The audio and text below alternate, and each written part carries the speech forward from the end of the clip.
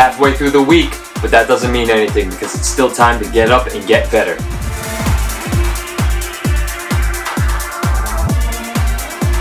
Get better.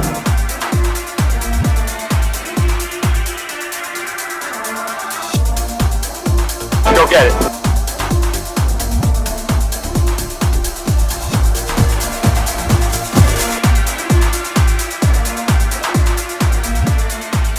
Hey everyone, thank you for tuning back in today. We're going to talk some Yankees baseball today. It's been a while. Last time we talked about Derek Jeter. I want to switch to another member of the core four, Mariano Rivera. So Mariano Rivera is probably the athlete I've had the most interactions with.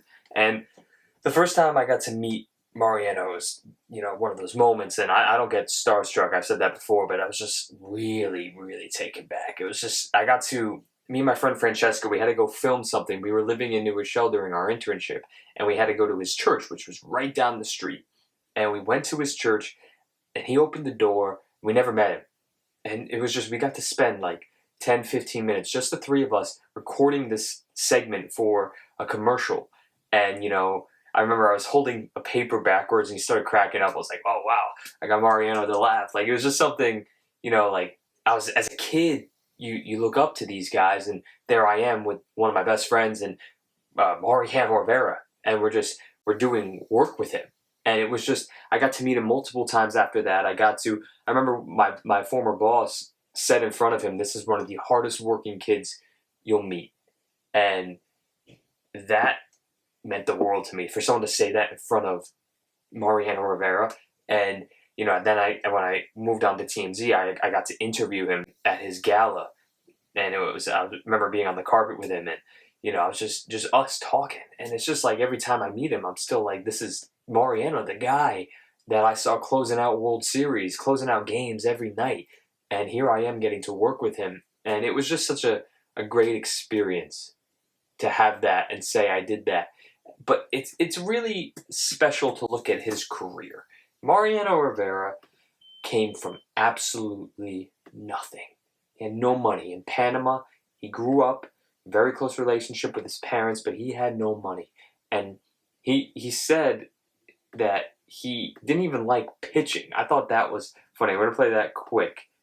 I was watching it the other day. He said that he didn't even like pitching. He wanted to be an outfielder. And I think that's something special, because if he didn't pitch, would they have even found him, or would he still be there in Panama, not even have played for the New York Yankees?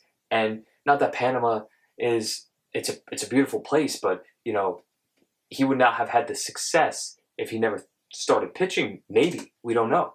And I think Mariano Rivera, I think this is a video. It's gone viral. It was actually through Steiner Sports where I worked. And I loved watching this all the time. I'm going to play it for you guys right here. Okay. You getting the glove now? It's like this. The top part is like when you put the glove. This is your glove right here. Put the ball in there? That was my glove. When I finish, put it like this. I'm always put it in my back pocket. Because you need that glove again tomorrow. I'm telling you. I always need this glove. And it's safe. It's not expensive. I couldn't own no glove. My father wasn't. It was a lot of things to take care of before a glove and a bag. So, I made my own glove. And I was happy with this thing. I was the happiest kid in the neighborhood with this thing. Talk about being grateful for whatever you have. He had nothing. He couldn't afford a baseball glove. So what did he do? He used cardboard to create a baseball glove. That man went from that to pitching in the Bronx in the World Series. He used cardboard. I'll never get past that. I think that's unbelievable that he took that type of idea and turned it into a legacy. It's just so mind-boggling to me. And I think what makes Mariano Rivera so unique. So Mariano Rivera, him and Jeter got sent down the same day. And they were consoling each other. They were friends in the minors. And they were upset And then he went back down to the minors, and out of nowhere, he went from throwing 90 miles per hour to 95. No one knows why. And then a couple years later, his fastball just had a little bit of cut to it, and no one knows why.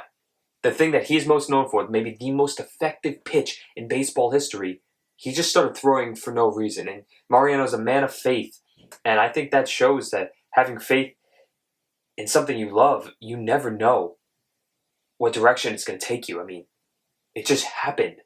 And he put in the work, but you can't control having that cut just come out of nowhere. And I think that trajectory of his career, of his life, is just so fantastically cool, if that makes sense. And I'm gonna play this. Mariano Rivera talking with Brendan Steiner Sports about failure. Going well. What's your approach to failure? Well, I mean, I don't call it failure, because, I mean, in order for you to appreciate what you have accomplished or what you have or what you build, you have to go through tough times. And those tough times, I would call it a learning process. Processes where you need to fail to get up and push forward. That's what I did. I never look at it as a failure because I'm not a loser and I'm not a failure. Those things are addictive, and people so easily can get used to that. I never got used to lose. I hate to lose, but at the same time, it's part of life. So he makes a good point. It can be addictive when you're losing so much to put yourself in that down mindset, but don't get used to it. It is a part of life, yes, but don't get used to it, and understand if you're putting in that effort and you're putting in that work, you're not a loser. If you're trying to become someone better, you're not a loser. And he continued to fight, and he continued to improve. And one of the stories that I love about Mariano is him learning English. He would cry because he couldn't speak the same language as his teammates, and he even had to learn that aspect to be a better player. And I think this man has went through so much, and he ended up winning. Not only winning this, but he was the only unanimous Hall of Famer in history. Back in 2018, he was the only unanimous Hall of Famer. And that is something to be said. Babe Ruth, Willie Mays, Hank Aaron, Ted Williams, Lou Gehrig. There's only one man who has been unanimous, and that's Mariano Rivera. I think that symbolizes how effective he was, how dominant he was, and how inspirational he was, because he went from having a cardboard glove to being the first unanimous player in history of Major League Baseball Hall of Fame.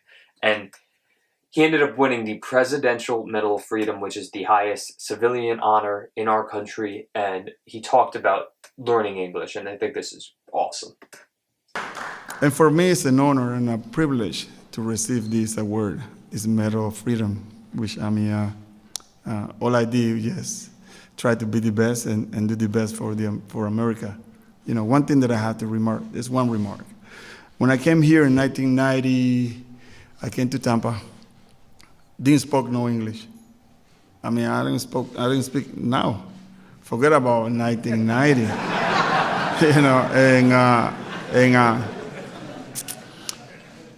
The reason why I did that because, I mean, in the team, there were a lot of players that spoke Spanish. So I got a little comfortable and then try a little bit to learn the language.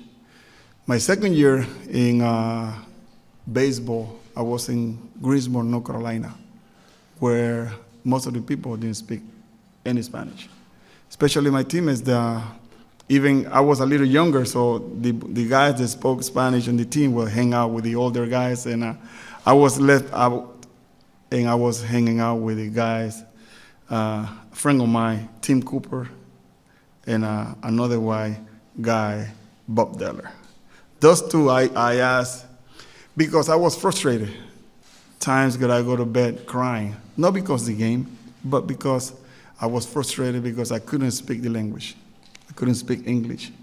So therefore, I told those two teammates of mine, I said, I don't care how much you laugh, and I don't care how much you make fun of me, but please, I give you the permission to laugh and do that, but teach me the right way. By my surprise, they never laugh at me, and they teach me. By the end of the year, I was able to communicate with my manager, with my teammates, and I was the happiest man in baseball. And from that, I would say that my career took off, and I was able to realize that I can do something for others because I knew the language. Now I can relate with someone that's going through the same process that I've been, but at the same time teach them that yes, learning English is the first thing that we should do. And I did. And for that, being American, I'm so proud and honored that coming from a small town, beautiful country called Panama, and live with my family here and understand the language and everything that we go through, I'm proud to be an American. So for that, I think that was just so. He wanted to make that remark. That was the one thing he wanted to talk about that day because he felt as if that helped skyrocket his potential in the league, and he understood that he wanted to be able to speak with his teammates. This is a man, like I said, cardboard glove. He couldn't speak English, and he came and he fought and he battled to get better at all these things. And he's the first unanimous Hall of Famer ever. And I would be remiss not to end with a thing that he's so passionate about, which is community service and his faith and his church. And this means so much to him. And I want to just play this right here. I remember where I come from. Where I came from, I didn't have anything, and the Lord put me in a position to help others. And I'm more happier now than when I was playing baseball. Why? What I was doing, because I'm doing something special. There I was saving games, Here we touching lives. He looks at it like baseball was just saving games. It was a game, but he did touch lives, but now he is in it. He's touching people's lives individually. He's giving back to his community. And I think that he is an embodiment of what all athletes should aspire to be, someone who gives back. And like I say, your life isn't a success unless you're doing successful things to help other people achieve their success. And Mariano Rivera has changed all of our lives. That as Yankee fans, he brought so much joy. But what he's doing off the field, I think, is equally admirable, equally inspiring. And I guess I'll end with this. Go Yankees, because who doesn't love our Yankees if you're a Yankee fan? We miss you each day. Thank you, Mariano, for giving us so many great moments, so many happy moments with our families to embrace and enjoy the game of baseball. And thank you for all you overcame to give us those moments. You're an inspiration. And everyone, go get better.